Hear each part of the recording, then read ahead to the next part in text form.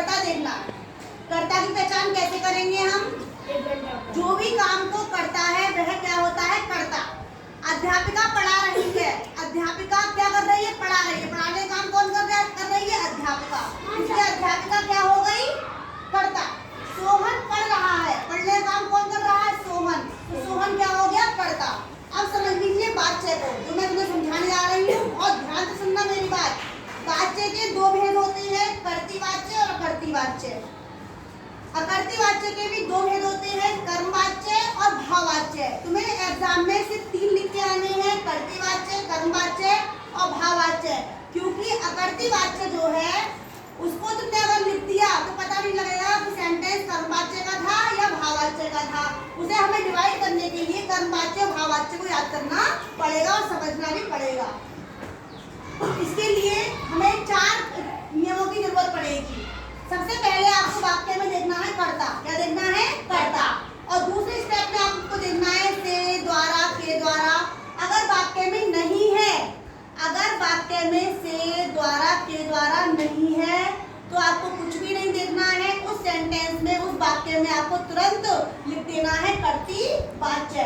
और अगर वाक्य में से, द्वारा, के द्वारा है तो वह वाक्य कर्मवाच्य या भाववाच्य में से एक होगा। आपको उसमें कर्तृवाच्य नहीं लिखना है। अब आ जाओ रूल नंबर 4 की तरफ। अगर क्रिया हमारी सकर्मक है तो वो कर्मवाच्य है, और क्रिया हमारी अकर्मक है तो वो भाववाच्य है। अब सकर्मक और अकर्मक का हम ज्ञान कैसे करेंगे? उसके लिए बहुत सिंपल सा फंडा है बच्चों। क्या है? राम से खाना खाया नहीं जाता।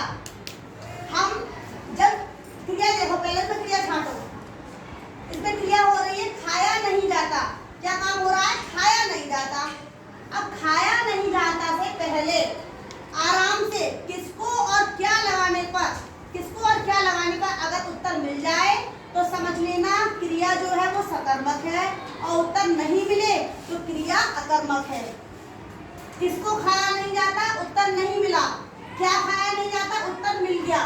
खाना नहीं खाया जाता। खाना क्या हो गई? हमारी सकर्मक क्रिया सकर्मक हो गई। तो हम देख लेंगे कि जहाँ सकर्मक क्रिया है वहाँ क्या है? कर्मवाच्य। तो ये वाला वाक्य हो गया हमारा कर्मवाच्य। हरीश से बैठा नहीं जाता। Rule number 1 छाटो। कर्ता। कर्ता है हरीश, हरीश करता है। अब दूसरा छाटो। से, द्वारा, के द्वारा अगर वाक्य में नहीं है, नहीं तो गई, इसमें तो है, इसलिए ये भाववाच्य कर्मवाच्य में से एक होगा। अब हमें दिख रहा है कि से और के द्वारा इसमें है, तो इसका मतलब कर्मवाच्य भाववाच्य में से एक है ये। तो बैठा नहीं जाता, किसको बैठा नहीं जाता? पता नहीं लगा। क्या बैठा नहीं जाता? उत्तर नहीं मिल रहा है। तो क्रिया कैसी हो गई? अकर्मक। और अकर्मक क्रिया देखते के साथ ही हम भर देंगे उसमें भाववाच्य। मुझसे पढ़ा नहीं जाता। से लग रहा है तो कर्तवाच्य तो है ही नहीं है, कर्मवाच्य भाववाच्य में से एक है। पढ़ा जाता है, किसको पढ़ा जाता है? उत्तर नहीं मिला। क्या पढ़ा जाता है? उत्तर नहीं मिला।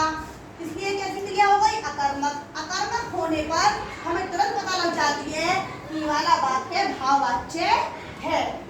अध्यापिका पढ़ा रही है। से, द्वारा, के द्वारा इस वाक्य में है ही नहीं, तो कुछ भी नहीं समझेंगे हम, बिना सोचे समझे कर्तृवाच्य लिख देंगे। आपको आज वाच्य क्लियर हो जाने चाहिए। कल मैं इससे रिलेटेड क्वेश्चन आपसे पूछूंगी।